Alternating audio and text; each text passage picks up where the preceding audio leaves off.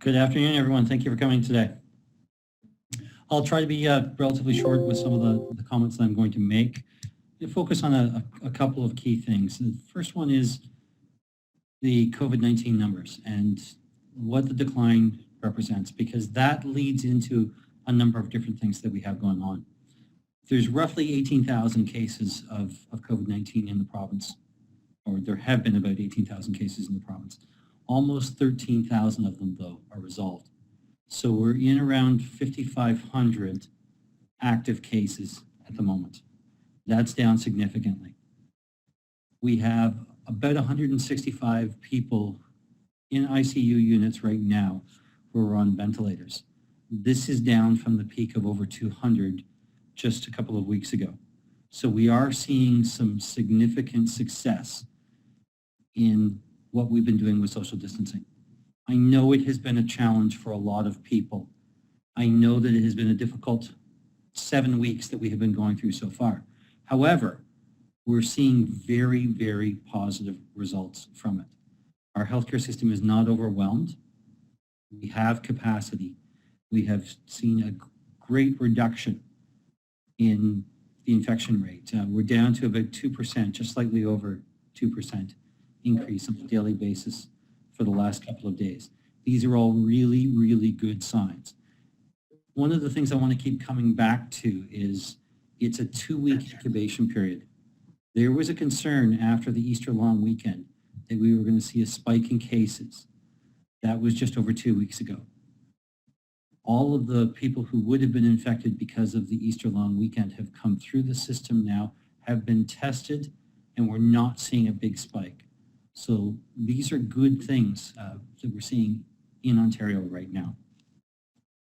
That leads then to the first stages of opening and of reopening and what that means for local businesses. And we're setting the stage right now so the companies, businesses, our economy can start to reopen by expanding what can be done at marinas and golf courses and other places like that to get ready for the season. We know that it'll take marinas about 3 to 4 weeks to get rid of the entire backlog that they have of boats that have been stored over the winter.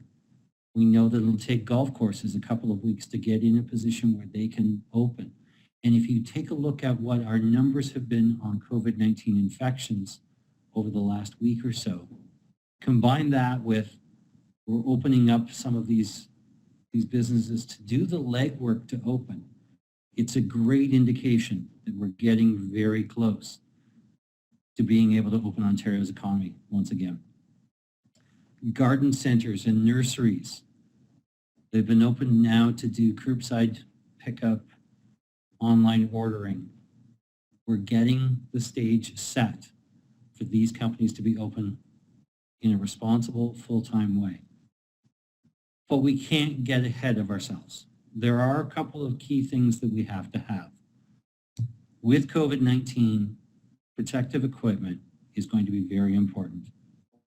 We've been able to establish a local supply, local to Ontario, supply of disinfectant and sanitizers. We've ramped up and we now have a supply of local companies making face masks, both surgical face masks and N95 equivalent face masks. What we're still a little bit short on local supply chains are the gowns that are needed, both the gowns that can be sanitized and used multiple times, as well as the single-use gowns, and then surgical gloves, the vinyl ones and the non-vinyl gloves. We're still working on getting local supplies for those. We are dependent on the international market for those products right now. We need to have a good supply of local product so that we don't find ourselves in a position where we're short on any of this PPE. There have been a lot of different initiatives, not just in creating new product, but also in sanitizing it. And I'm going to put a shout out to Trent University on this. They have gone through a process and they have proven at a protocol level now that they can decontaminate surgical gowns masks and N95 masks. And we're waiting on the final approvals from Health Canada to be able to do that. It's innovative thinking like that that will help with that supply chain. Locally here in Peterborough, if we're able to decontaminate these products, it means that we don't have to be going out to market again to be buying new ones. We can reuse some of these. And I think that these types of initiatives show that Ontario is moving forward in the right way. For myself, with respect to reopening the economy, I'm on a couple of different committees now for the province. I will be heading up the table for the amateur sport recovery here in Ontario. Amateur sport doesn't sound like, at face value, it would be something that would be part of an economic recovery, but I want to give you some numbers about it. Last year in the province of Ontario, $12.8 billion was spent on amateur sport between registration fees, buying equipment, rentals for facilities, coaching, tournaments. Sport tourism is a huge economic driver, not just in our community, but all across Ontario. In total, last year, sport tourism represented just over $3 billion in the GDP for the province. We have some local examples of how sport tourism impacted here. We had the World Women's Lacrosse Championship here in Peterborough just last year, and that represented more than $3 million in economic activity for our community. This year, we were set to host the Ontario 55 and over games. That would have been a huge economic driver for our community, but unfortunately with COVID-19, that's not going to happen. We've seen hockey tournaments, baseball tournaments, soccer tournaments that all had to be canceled, and the impact that it has on our local economy has been huge. Every time there is a major amateur sporting event in our community, the hotels are sold out. Restaurants are busier. Our stores sell more product. Our gas stations sell more gas because of people coming in. And even our nightlife and our entertainment sees an uptick because of it. Amateur sport can be a major driver of economics in the province. And that's why I was happy to volunteer for it and thankful that Minister McLeod chose me to be the person who's heading that one up. I'll open up the floor for any questions. If there's anything that anyone has to ask or anything that anyone wants to ask, please feel free to. There are no questions that are off the table. Matt, go ahead. How you doing, Dave? Very good. What are some of the impacts that you've seen on the local economy? In terms of the downturn in the local economy, or the Right. Sorry. Changes. Sorry. Sorry. I didn't catch that. The downturn? Uptick. The downturn. Downturn? Well, I think if you take a look at downtown Peterborough right now, you see very few people who are walking around. Most of the stores are closed. It's been a real challenge for a lot of different businesses. Since the announcement of the joint program for the commercial rent relief, we've had a large number of companies reach out to us asking for how they would apply for it, how they qualify for it. I would suggest that we're probably looking at somewhere around 70% of our businesses in this community that have had to either close their doors or significantly reduce what they're doing. In the county, I would say it's much higher than that. It's probably closer to 80 to 85%.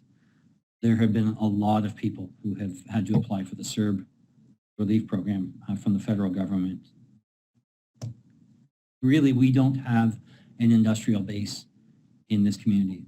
We have been reliant on service industries, on the hospitality industry, and all of those have been the hardest hit. All right, thank you. Graham, go ahead. Thanks, Dave. Question for you. Of course, the Premier, the rumors around the Premier making some announcements, talking to mayors in cottage country about, maybe allowing for some flexibility there. Have you talked to any of our area mayors in the county at all about what these rumors or what the speculation may be around what these conversations may look like? Yesterday, Yes. probably 1:15 is when Doug made the comment that he was going to have a teleconference with Cottage Country. And I would say less than 30 seconds later, I received text messages from two mayors in particular, Carolyn Amiot from North Kawartha and Andy Mitchell from Selwyn, both pleading with me to get them on that teleconference. There's been an expression from those two as well as from Jade Murray Jones, Warden of Peterborough County. If you go to just 10 minutes outside of the city of Peterborough, we have a lot of seasonal residents. We have a lot of cottages. We have a lot of industry that depends on these tourists coming in. Obviously, those mayors want to be ahead of the curve, find out what they can do to get their municipality in a position to open everything up. And kudos to them for taking that kind of an initiative. We're working with the Premier's office to get all three of them involved in that teleconference on Thursday. Is there concern from those mayors as well?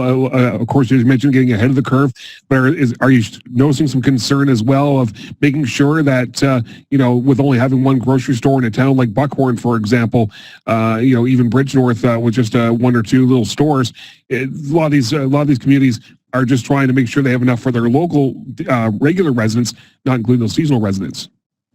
Yeah, and actually, I've had some conversations with some of the grocery stores. And what they have said to me is that the challenge they have is when they have an unknown amount of seasonal residents come up, and then they come into the store on one day and wipe them out grocery-wise.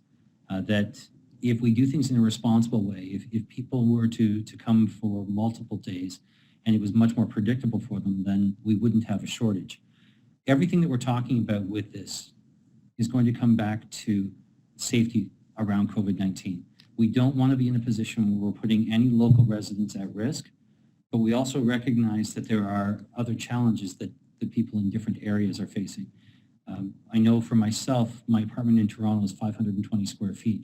If I was to be isolated in that 520 square foot box for 7 or 8 weeks, I would be in a much different position mentally than I am right now.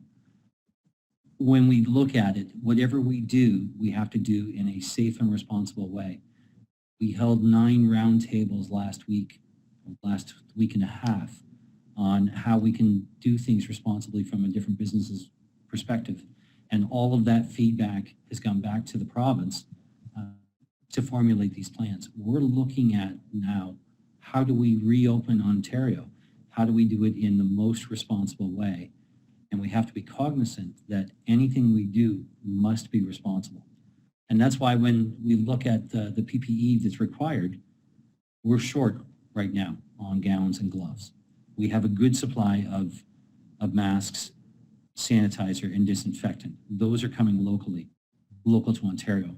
We have to ramp up on all of the other things, and everything will need to be done in a very staged and responsible manner as we open things up. One final question, and I'll be quiet. The stats that came out today, 74% of those that lost their life in regards to COVID-19 were seniors. One of the things we kind of talked about this morning on the show was the fact that we do have a senior population base, not only here in Peterborough, but many parts of Peterborough County as well within your riding. Bringing those, their germs from the GTA, and I'm trying to say this as nicely as possible, but bringing their germs to the GTA. Obviously, we know that seniors are still, and it's been statistically shown now with that 74% number, that they're harder hit by the COVID-19 pandemic. Is there that still concern about the people from the GTA going to their seasonal residences, bringing their germs with them, and then impacting our local senior base? There is always a great concern, as long as COVID-19 is something that's out there, that our seniors are going to be more vulnerable to it. And anything that we do, we have to do in the most responsible manner so that we're not putting anyone at risk. We are not opening up Cottage Country today.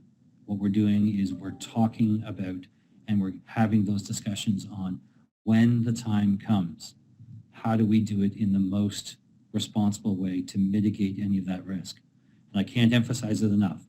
We're not suggesting today that people come up to their cottage or their trailer.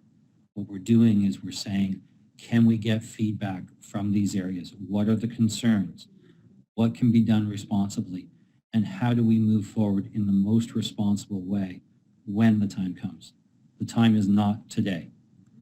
What we're doing today is the research, gather the information so that we can make an informed decision that's in the best interest of everybody in Ontario. But I can't emphasize it enough. We are not saying, come to your cottage tomorrow. We're saying, cottage country, what do you need? How would you like to see this rolled out? And what would be the most responsible way for your citizens for this to be opened up when the time comes?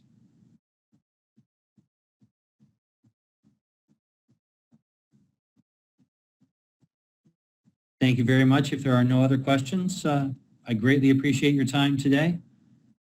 Please stay safe, wash your hands, and don't go out unless it's essential travel. Thank you.